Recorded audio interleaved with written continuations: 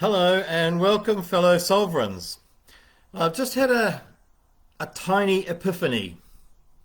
Well, maybe I should call it an epiphany or something. Petit epiphany. So I just realised that I've been doing these one by one, and yesterday was the 40th, and for some reason that 40 was somehow seems kind of it's a big number for me. And so anyway, it seems strange because I'm taking these tiny steps. It takes about let's say 15 minutes a day. I don't need to prepare. I don't need to research or anything like that. I just have an idea and then I talk. That's kind of easy. It's what we all do. We all just talk. And then suddenly, and so each time I put them back up on YouTube and Rumble and a couple of other places, Buzzsprout, and suddenly there's 40 of them. So it's kind of similar to the fact that a lot of people say to me, I don't have time to write a book. Oh, yes, you do. You do if you want to. You see, a book is a very large project, and in general, it'll take a year, 2 years. Sometimes they take longer. However, the only thing stopping the book being written is the person not writing.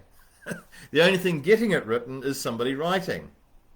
And the fact is, most people write their books a little bit at a day. I mean, Paulo Coelho is a little bit strange. He basically writes nothing for 2 years, and then he sits down for 2 weeks for 24 hours a day and churns out a book. And they're nothing for 2 years. Now, he's really odd. Most people do it over a period of time. And so we've all got 10 minutes a day. We've all got 15 minutes a day. And that's what I've noticed with doing these little talks, that I just do them without even thinking, because I'm not thinking about a big project. I'm not thinking about anything in particular in terms of these. I'm just doing them because it's fun. I enjoy doing it. And so the same with the book. When I'm writing a book, I'm not actually writing a book. I'm just sitting down each day writing 500 words, 1,000 words. That's all I'm doing. I'm doing these tiny steps. And if it's 500 words a day, say, what's that take? So we're doing, say an average book nowadays is about 80,000 words. So that's 160 days. Is it? Something like that. And so when we're thinking about a big project, it's a really good idea to think about it as a little project, a little daily project. One day at a time. And sometimes I don't write. Oh no, the world ends. Sometimes we don't do our little project, our big project, which is now little projects. And the world doesn't end, it keeps going around. So it's quite, thank you, my little canine friend here, absolutely agrees. What timing?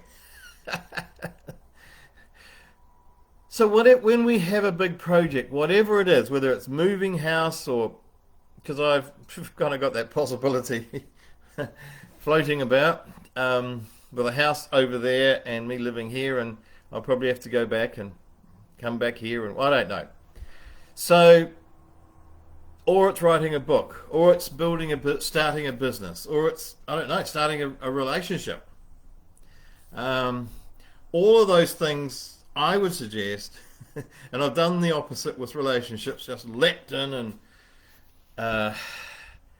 often it's a good idea just to do the little bit at a time. Just one little step at a time. And the same happens with books. And the other thing, for example, when people are writing books, they're not just writing their book when they're sitting down and writing, scribbling away or typing away. They're writing that book most of the time. When they're driving along, there's another idea, or they see a movie or read a book or talk to somebody, and these ideas keep flowing in.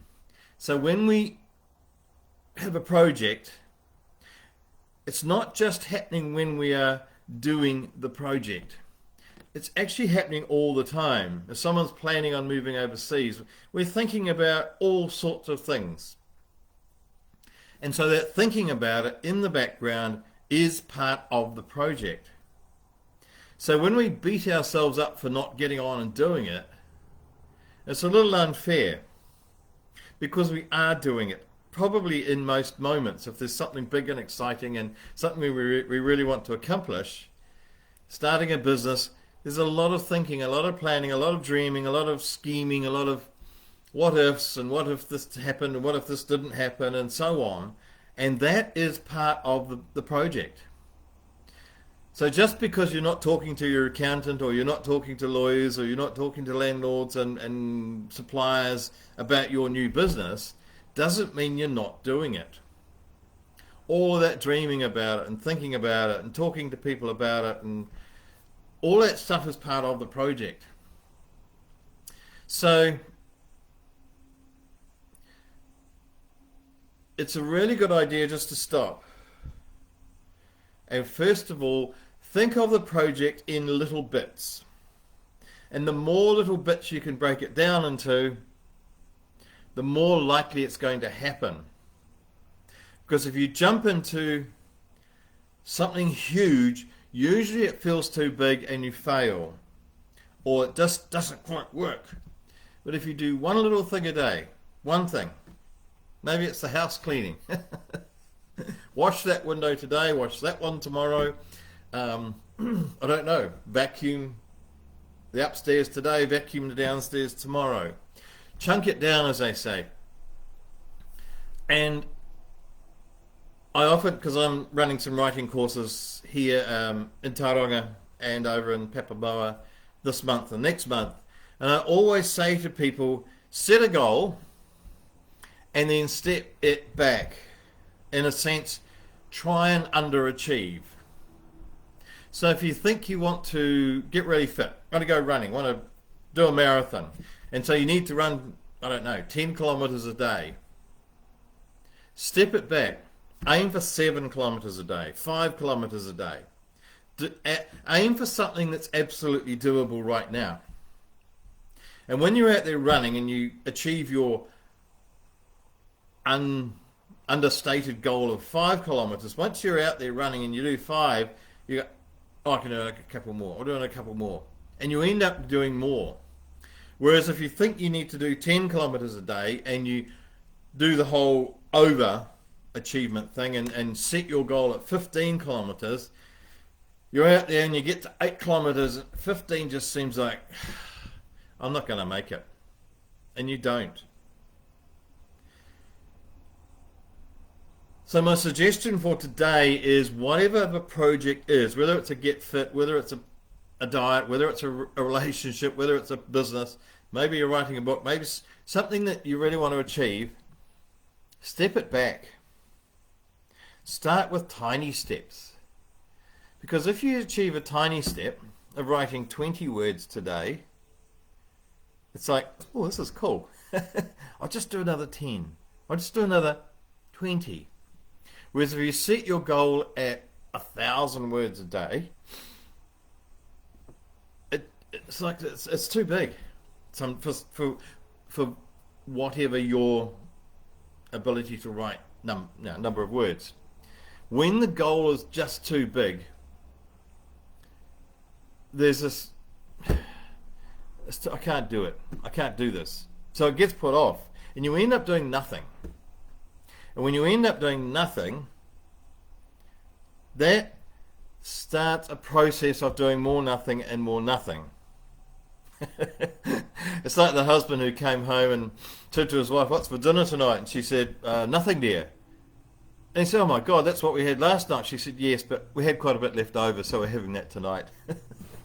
Once we start the process of failing, in a sense, of not stepping up to the goal, that increases the chance of not doing the goal more and more. However, if we set our goals lower and achieve them, And once we start, we go, oh, just a little bit more, just a little bit more. We end up, once we start having some little successes and exceeding the goals, these understated goals, somehow the book gets written, the business gets started, the relationship happens more smoothly. The diet, the fitness program, the whatever, the overseas trip, they start happening faster if we start with smaller steps. I know that's counterintuitive, what they call it, but I suggest you try it. If there's something out there that's just too damn big for you, and it's like, oh, Charlotte, I can't do this. Just do one little thing today. Make it 10 minutes of whatever it is. And then go, yeah, done that. So what do I wish you? I wish you underachievement today. And bless you and all who sail in her.